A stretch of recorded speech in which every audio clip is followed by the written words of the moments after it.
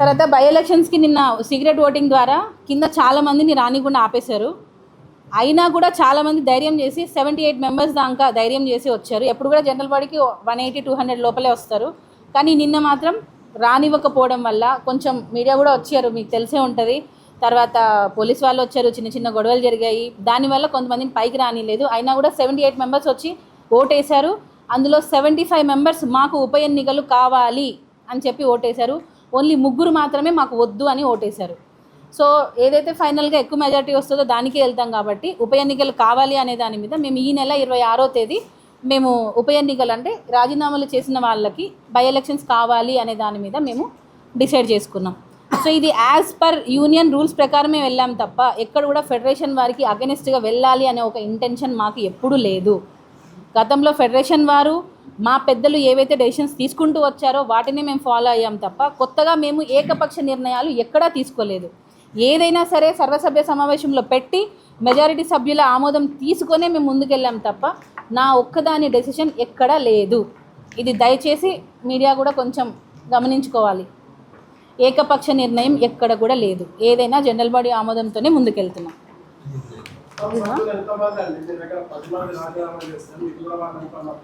మొత్తం total 17 members sir ఉండేది body.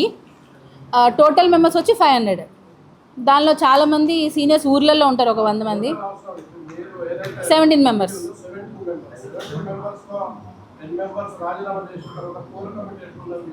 Core committee కాదు సార్. ఇక్కడ ఒక డెసిషన్ తీసుకోవాలంటే మెజారిటీ ఉండాలి తప్ప మనకి ఇప్పుడు ఒక ప్రెసిడెంట్గా నేను ఒకవేళ రాజీనామా చేయకపోయినా మీద 16 మంది రాజీనామా చేసినా సరే నా పోస్ట్ నాకు ఉంటుంది కదా. ఎక్కడుంది, ఏ రూల్లో ఉంది? మా బైలాలో లేదు, అది లేదు. ఏది లేదు. అది దేనికి? ఏదైనా ఒక జనరల్ బాడీలో ఆమోదం తీసుకోవడానికి కావాలి. అంటే ఇప్పుడు ఒక జనరల్ బాడీ పెడతాము, ఒక 200 మంది వచ్చారు, దానిలో 1/3 మెజారిటీ కావాలి. అంతేగాని బాడీ డిజాల్వ్ చేయాలంటే ఇప్పుడు ఓకే సార్ మీరు అనుకున్నట్టుగానే అనుకుందాం. ఇప్పుడు ఒక మీ టీం మేము గెలిచామనుకోండి, లేదు లేదు లేదు లేదు లేదు ఎక్కడుంది సార్? లేబర్ యాక్ట్లో లేదు. ఎక్కడుంది? ఇప్పుడు నా పోస్ట్ నేను ఒక్కదాన్ని ఉన్నా సరే 16 మంది రాజీనామా చేసినా నా పదవి కాలం ఉంటుంది కదా.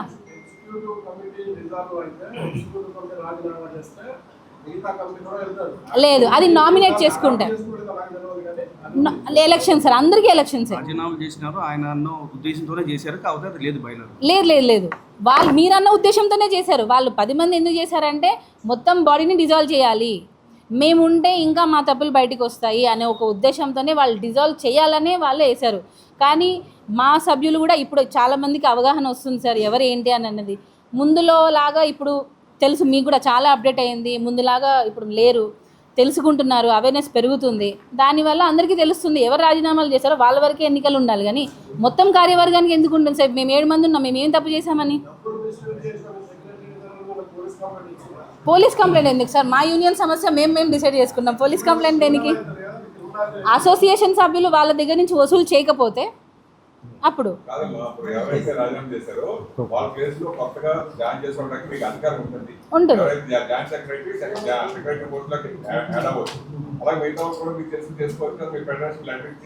కొంతమంది రాజీనామా చేశారు. ఇంట్రెస్ట్ ఎవరైతే ఉన్నారో వాళ్ళు మీరు ఆ పోస్ట్ లో చేసుకోవచ్చు. అది కూడా ఎలక్షన్స్ లోనే చేయాలి సార్, నామినేటెడ్ ఉండదు. అంటే మేము అలా ఏదైతే సర్వసభ్య సమావేశంలో డిసైడ్ చేస్తారో అదే తప్ప చేసుకోవచ్చు. మీరు అన్నది ఉంది.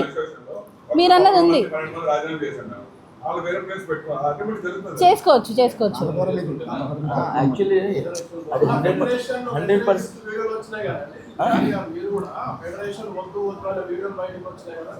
అదే సార్, అది 3వ పాయింట్ పెట్టనందుకు. ఒక్క నిమిషం, ఫెడరేషన్ వద్దు అని ఎందుకు అన్నామంటే ఫస్ట్ ఆఫ్ ఆల్ ఆ 3వ పాయింట్ పెట్టమని చెప్పారు కదా. సో ఆ 3వ పాయింట్ పెట్టాలి అనే అధికారం కానీ వీళ్ళని తీసేసే అధికారం కానీ జనరల్ బాడీ మీటింగ్ని ఇది చల్లదు అని చెప్పే అధికారం కానీ ఎవరికి లేదు.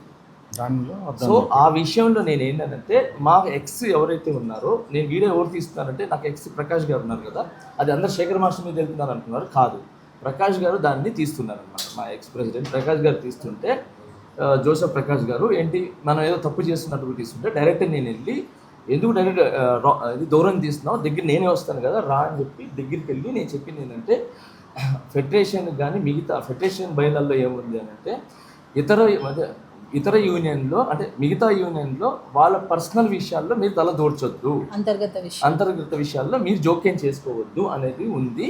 సో వాళ్ళకి ఏం రైట్స్ ఉంటాయని చెప్పి ఈ జనరల్ బాడీ మీటింగ్ చెల్లదని చెప్పడానికి.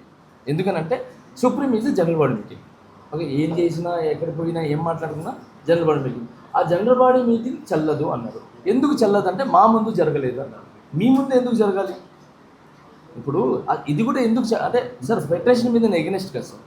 ఎందుకు నేను ఫెడరేషన్ గురించి వాళ్ళని పిలవలేదు మా జనరల్ బాడీ మీటింగ్ అంటే ప్రెసిడెంట్ గారు ఏంటంటే ఇక్కడ మన యూనియన్లో ఫ్రాడ్ జరిగింది కదా, మన యూనియన్ సమస్యలే రేపు ఒకరికొక మొహాలు చూసుకోవాలి కాబట్టి అది 24 క్రాఫ్ట్స్లోకి వెళ్తే ఆ విషయం బయటికి వెళ్తే మన యూనియన్కి ఇబ్బంది, మన యూనియన్ సభ్యులకి ఇబ్బంది. కాబట్టి ఇది మన అంతర్గత విషయం కాబట్టి మనమే తేల్చుకుందాము సార్, మీరు రావద్దు సార్ అన్నారు అని మేము చెప్పాము.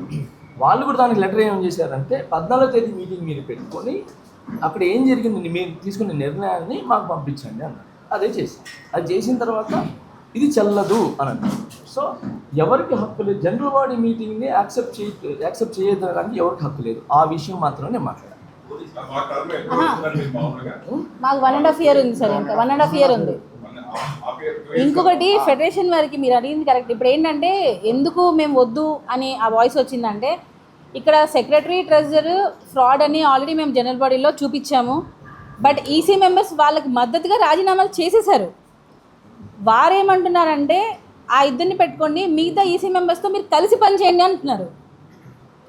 అంటే రాజీనామాలు చేసింది వారు స్వచ్ఛందంగా వాళ్ళు చేశారు, మేము ఎవరం అడగలేదు మీరు రాజీనామాలు చేయండి అని.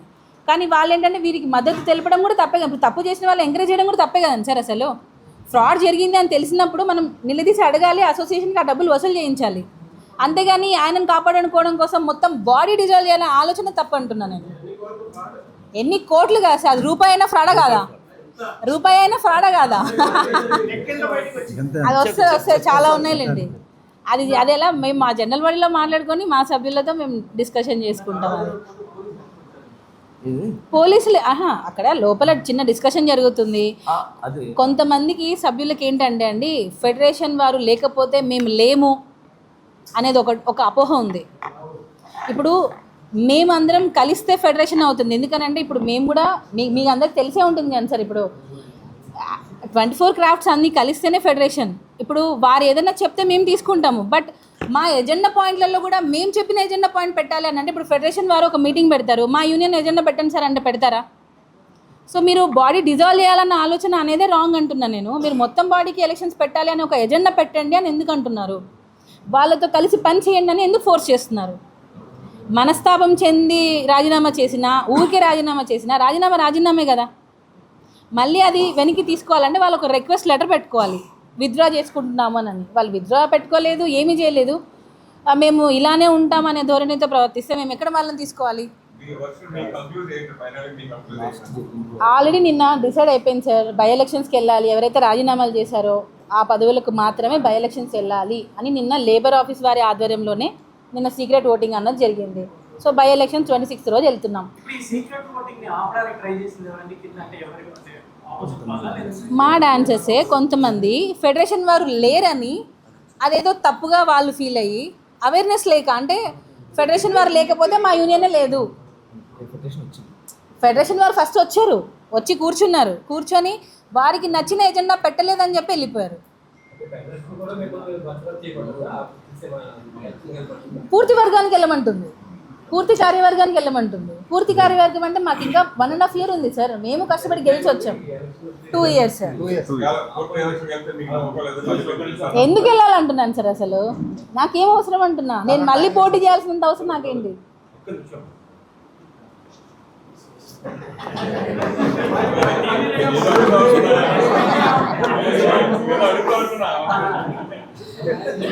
సార్ మళ్ళీ గెలుస్తామా లేదా అనేది తర్వాత విషయం సార్. ఇప్పుడు జోసెఫ్ గారు ఉన్నారు, జానీ మాస్టర్తో ఓడిపోయారు.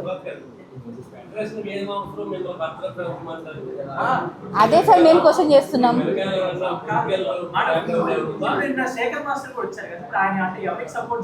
ఎవరికి సపోర్ట్ కాదు, ఆయన ఫెడరేషన్ ఉండాలి అని అడుగుతున్నారు. ఫెడరేషన్ ఏంటి? 3 ఎజెండా పెడితే మేము ఉంటామంటున్నారు. అది తప్పు కదా అంటున్నాం. ఇంకొకటి శేఖర్ జనరల్ గా జనరల్ మాస్టర్ గారు మీకున్న శాఖ మాస్టర్ కి రాజీనామా చేసిన వీళ్ళందరినీ కలుపుకొని వెళ్ళామని FDC చైర్మన్ కూడా చెప్పినట్టు ఎఫ్డీసీ చైర్మన్ గారు వ్యతిరేకించట్లేదు. మేము అందుకే వాళ్ళకి ఆప్షన్ ఇచ్చాం, మీరు రాజీనామా విత్డ్రా చేసుకున్నట్టు లెటర్ పెట్టుకోండి అన్నాం. ఎఫ్డీసీ చైర్మన్ చెప్పిన మాట మీ వరకు వచ్చిందని అంటే మీకు అన్నీ తెలిసే ఉంటాయి. సో వారు చెప్పిన తర్వాత కూడా మీరు ఏం చేయాలి, సరే మేము రాజీనామాలను విత్డ్రా చేసుకుంటున్నామని చెప్పాలి. ఇప్పుడు మీరు రాజీనామాలు రాసి ఓపెన్గా ఒక అఫీషియల్ లెటర్ ఇచ్చినప్పుడు మళ్ళీ అఫీషియల్గా విత్డ్రా చేసుకున్నట్టు లెటర్ ఇవ్వాలి. మరి ఇవ్వకపోతే మేము ఎలా యాక్సెప్ట్ చేస్తాం సార్? అందువల్ల తప్ప ఆయనను గౌరవించలేదని సార్. నిన్నటి వరకు నిన్న కూడా మేము చెప్పాము పెట్టుకోండి, వాళ్ళ కోసం 3 జీబీలు జరిగాయి సార్, 4 లక్షలు ఖర్చు అయింది దగ్గర వాళ్ళ కోసం ఈసీ మెంబర్స్ గురించి. అయినా కూడా స్టిల్ వాళ్ళని తీసుకోవాలని అంటే నిన్న లాస్ట్ ఆప్షన్ ఇచ్చాం, 1 అవర్ వెయిట్ చేసాం, మీరు ఏమైనా రాజీనామాలు పెట్టుకుంటారా అని. కానీ వాళ్ళు రిటర్న్ పెట్టుకోలేదు. లేబర్ ఆఫీస్ వాళ్ళు కూడా అడిగారు, జేసీఎల్ గారు కూడా అడిగారు. మీరు ఇంకొక ఆరోపణ ఉందండి అసోసియేషన్ మీద చెప్పండి. పక్కన గాలి మాస్టర్ నెంబర్ 1 మాస్టర్